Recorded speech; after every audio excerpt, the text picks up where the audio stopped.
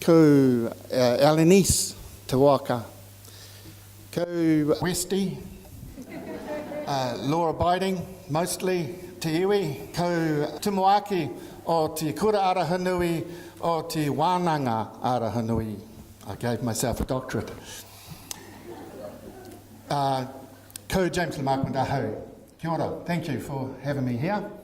First of all, just looking at the slide, supporting diverse learners, you'll see that there are a lot of question marks in there. And the question mark is really, do we do that? And my answer to that is I don't think we do it very well in this country. And so part of what I'm going to do is perhaps in my presentation today, nothing to do with what Linda talked about. It's going to be a little bit more political than that. Linda talked about being brave and the government being brave. I want to say whoever has arranged this is also brave having me speak. Okay, so like a good teacher, I'm going to just share my learning intentions with you before we start. So first of all, most of you will be sucking eggs. And that's really useful because it's just affirming what I think you know. I will be poking a wee hole in those eggs, so make sure that you taste some of the yolk. I will be sharing with you a vision of a journey. This in itself for me is a journey because I don't really know a lot of what I'm going to say. And in this journey I use the analogy, and I use metaphor and analogy a lot. The analogy of a trip from Los Angeles to San Francisco representing our curriculum and the lovely, wonderful California coast. I'm going to share with you some knowledge and understanding around 3 touchstones of special education, or learning support as it is now, although I find saying learning support very difficult. It's only because it's been captured by people. And I do apologise in advance for any offence that I may cause as I proceed. And on that note, I will be outing some elephants in the room, and I was speaking to Rob just before and talking about the elephants in the room, and he suggested I just pull out the trunk because there's quite a lot of elephant in the room, so we will be only just pulling out a little bit of that elephant, so onwards. So the elephant. To me this is a really articulate visual, if you like, of special education. And we have boxed our resources up. So for example, in the top right hand corner, that could be where I live, near the butt end of the elephant. The place where I stand strong for my community and my people, the people I represent. Yet we're talking about a community of people here. Yet we have boxed our people. We have boxed them in terms of reference criteria and needs. And for me, this is some of the things that we've got to stop doing and need to change if we're going to actually have a better and more effective community in working in this field. So next to that, that could be deaf education, because obviously they have an interpreter standing next to them there. The sad thing is that our system actually at present looks a lot more like this. We have students free-falling between the silos of support. And that has happened for the last 30 years. And we have done very little about it. And to me, it's bordering on a crime. Very recently, I was at a court hearing for a man, a 40-year-old man, who used to be a part-time caretaker at our school. He's a man with an intellectual disability and autism, a man who has been living with the IHC, who decided to make it alone, consequently ended up living in a band rotunda in Henderson, homeless. He then committed a crime that he didn't quite understand and failed many bail conditions and was facing a 2.5-year prison sentence. And I worked very hard to keep that man from being in prison. This is what we're doing. They free fall through our system and ongoing through our system as they leave school. This we have to stop. Why is this happening? Here's the elephant, or the trunk of it. Our system has perpetuated the myth of consultative authority, and I've put a small subliminal message in there. I don't know if you can see it. So what we actually have done is that we believe that somehow some magical consultant falls from the sky, provides for us some kind of fix-it remedy in terms of an assessment or a program or something, and then they disappear again. And that's going to fix our kids with diverse needs. Our kids, first of all, do not need fixing. They are not broken. Our kids need people with them along on the journey. They don't need consultants. This we have to change. We have to change the establishment of a medical type model of intervention, an intervention model that looks at triage, action and withdrawal. This is a learning journey and we need to be on it. The system we've got at the moment is disjointed, and I look at just the paper the other day of the University of Auckland is cutting down its capacity for delivering training for teachers. We're losing our hold on that area. We're losing our hold on our council. We've lost our hold on the ministry. We're losing teaching. It's disproportionate. You take that box where I was standing in the corner at the end of the elephant, the kid falling, the other side is the child that missed out on oars. Now, let me tell you, if you've applied for a child with oars, they will have significant needs. And those needs aren't going to disappear, they're going to be with that child for the rest of their life. These are the kids that we need to be supporting. And it's dysfunctional. So that's the elephant. I've dissed it enough. We move on. So, something a little bit more pleasant. A trip to the United States. Who's been on this trip? Who's done this trip? Who's done the California coast? All right, you'll know some of this analogy. So, effectively, let's think the last 9 years of education and our curriculum as the road from Los Angeles to San Francisco. Now, effectively, what national standards did has narrowed our focus, and that we've measured quite a lot success on the speed that we're travelling to get to San Francisco and the places that we're stopping along the way. What we've lost in this time, because in 2007 when it was first rolled out, I literally had tears in my eyes because it legitimised, the curriculum legitimised the place of my school and our curriculum and our work. And I feel a bit robbed over the last 9 years, I might say. So we need to enhance this. We need to think that there's other routes that we can be taking. You can go through the Yosemite National Park, for example, or Yosemite, as my daughter used to say, or you can go the Coast Road. Traditionally, we think of this travel in school as an analogy of a bus, a Greyhound bus. And you fit your kids into this bus, and there's all sorts of kids, big range of kids.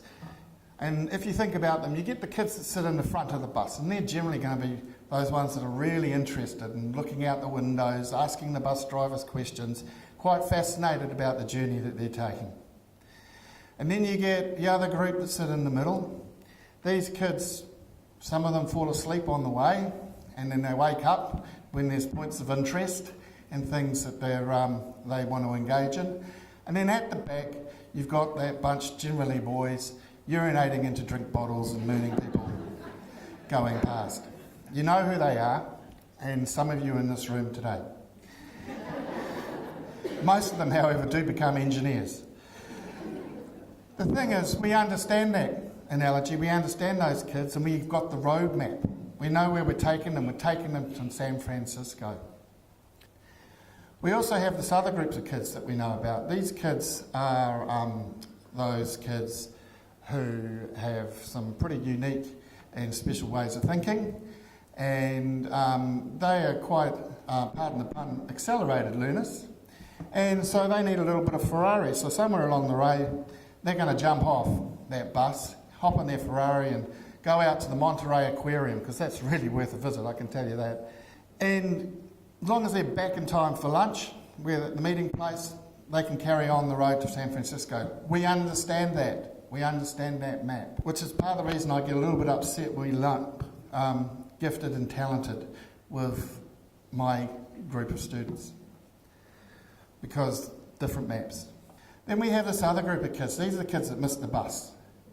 These are the kids who we need to be providing some alternative transport for, and that transport's going to be a little bit slower, and that transport's going to take a slightly deviant route. But we know that, but we understand those kids because we have the map and we know where we're trying to take them. So we work really hard to get them out of Los Angeles, and they slowly wind their way up to Bakersfield. Yes, we're doing our job. And then there's this kid. He turns up. And he can be a pain in the ass. Because he turns up on his Ninja 900. He's the guy that turns up at 5 years old. He's already electrocuted himself 15 times. He set fire to his parents' garage and his father's car. He set fire to the local gas main and appeared in the paper. And he turns up at your school. The first day, he gets the soap from the toilet and he puts the soap on his feet and plays soap soccer in the classroom. Falls over and smashes his teeth. I was that boy. This is the boy that you end up chasing around, going backwards and forwards, as he winds his way up the curriculum until eventually either settles himself down, realises that the motorbike's going to kill him if he carries on it and gets on the bus, or finds his own way to San Francisco. But we know those kids. We understand those kids because we have the map. Then this kid turns up. Billy is the kid that ends up on the roof. Billy is the kid that doesn't come into the classroom. Billy is the kid that could have all sorts of diagnoses, you name it. IgA, whatever it is. That's a joke, by the way, that is actually a grocery store. So Billy turns up. He's a damn handful. We don't know where he's going. We don't know what to do. We've had the consultant come in after 90 days waiting list, and they've come in and they said, have you tried a sticker chart? Yeah, we tried, but he won't come off the roof. And he disappears off through the desert. He's going nowhere near San Francisco. And we work really, really, really hard. But eventually we can get him to Las Vegas. We've saved his life because we stopped him going into the Grand Canyon, where some of those kids are gone. And then just when you think you've seen it all, Susan turns up. Susan turns up with a brand new pair of roller skates, and you don't even have a key. I always thought that song was odd, and I've just made sense of it. She turns up in a pair of roller skates. She heads straight for the magical kingdom.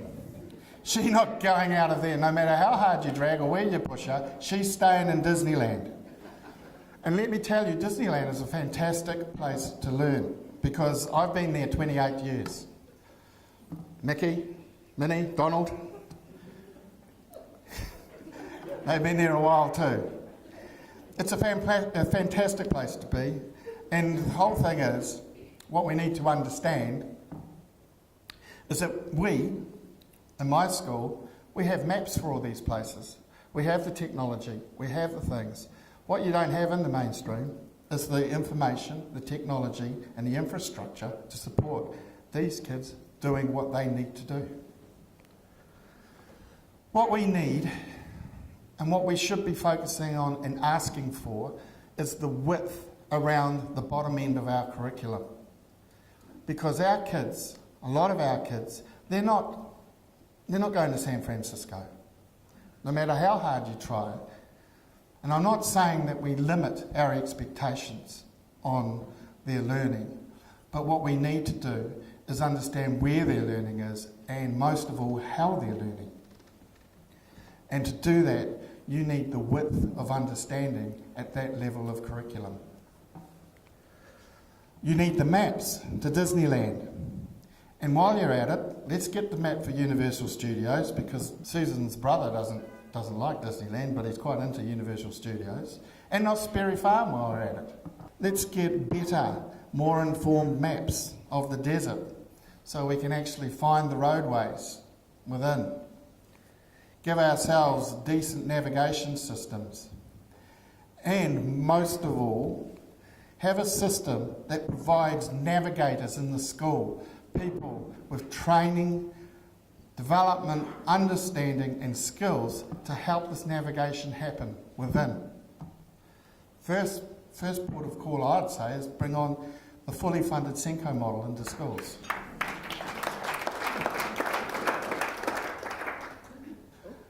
So, what can you do? This is something a lot of you do well. What do we have here? It's a bunch of moaners.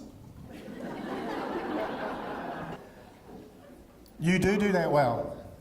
But let me tell you that moaning is a useless exercise. Moaning gets you absolutely nowhere.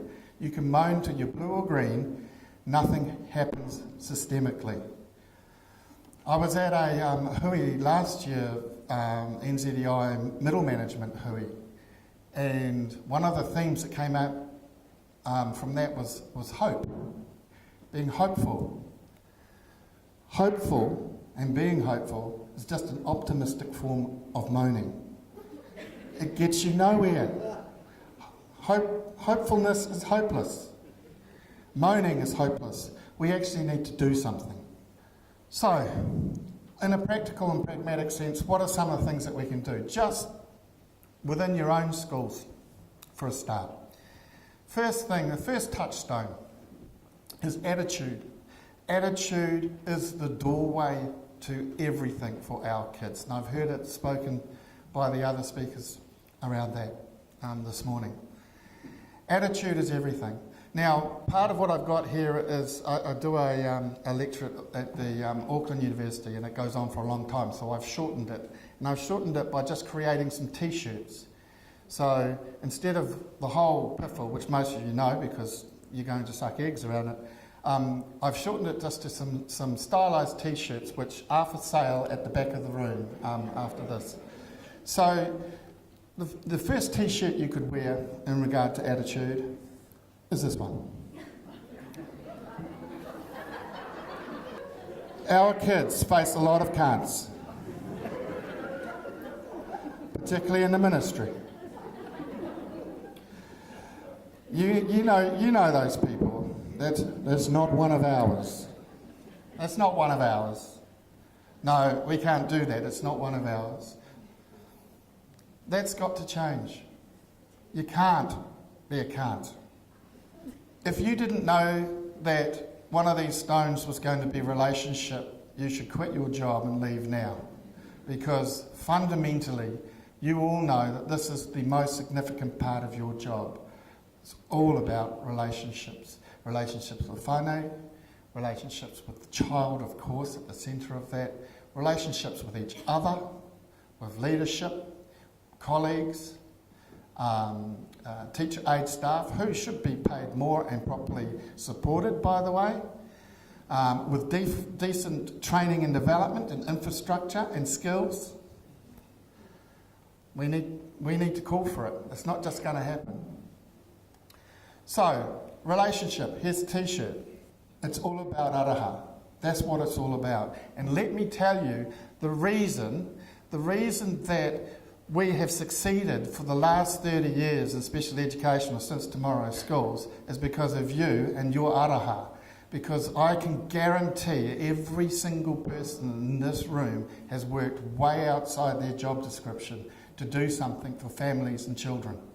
Way outside.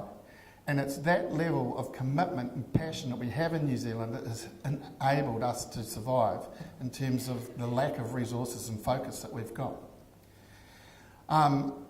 A real example of that was I was at the government hui there in Christchurch a couple of weeks ago, and it was really good because they took the politics out of it, and we only had our name tags, not where we were from or anything, and we were in little groups and people were talking.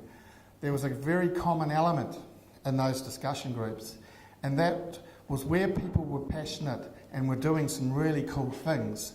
They had all worked outside of the system. They had all been disobedient, as well-being says. They had actually put two fingers up to the status quo and said, well, actually, we don't care, we're going to do this. And it works. And that's what we need in our system, to recognise all those things that we're doing outside those boxes to make things work for our kids. Aroha. And the last thing, this is the word that I think actually should knock inclusion on the head, because I think inclusion is not a good word. Inclusion, by political definition, is a non-word. What does it mean? Does it mean putting the kid on the Greyhound bus? To me, inclusion fundamentally means engagement. How are we engaging our learners in learning? That should surely be the fundamental aspect of our work. So I've got two T-shirts for this one.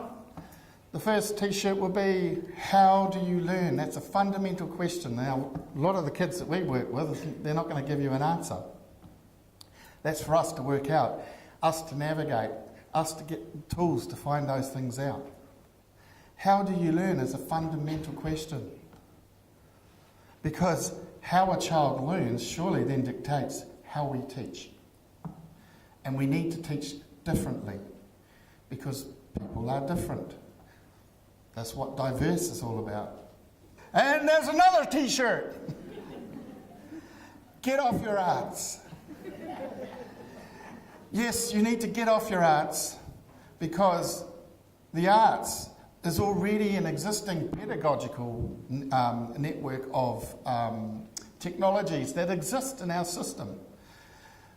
The wonderful, wonderful thing about the arts is that, particularly for kids that we work with OARS, is that they provide the ability for students to engage in their own narrative. And we heard some talking this morning about that. Narrative is so important. It's the fundamental thing that gives you the understanding of who you are, your ability to have your story, share your story, and listen and hear others. And our kids struggle with that, and developmentally, they've missed out on that. And we need to engage those students in activities that bring that voice, that narrative out. I was doing some music the other day with some students. I used a loop machine. And so you can lay down some pretty funky loops and the kids start getting into it. And this one kid who hardly speaks at all just yelled out, meat pie, into a microphone. So that was looping. The cool thing about that was that we all joined in with the meat pie and we did this meat pie song, which only consisted of meat pie. That was his narrative, his word, his song. He owned it. He was there. Get off your arts. So what do we need? We need a system that is built in, not bolted on, and we've got a bolted on system at the moment. This is what happens when you bolt stuff on. You can imagine the conversation. I've got this kid in my school, he can't even get up the first 4 steps. Oh, I'll fix that. And just to show you that could be photoshopped, I'm not sure, it's a pretty good job. That's probably taken in Chechnya or somewhere, or Christchurch. Just to show you that this is real, I took that photo last year.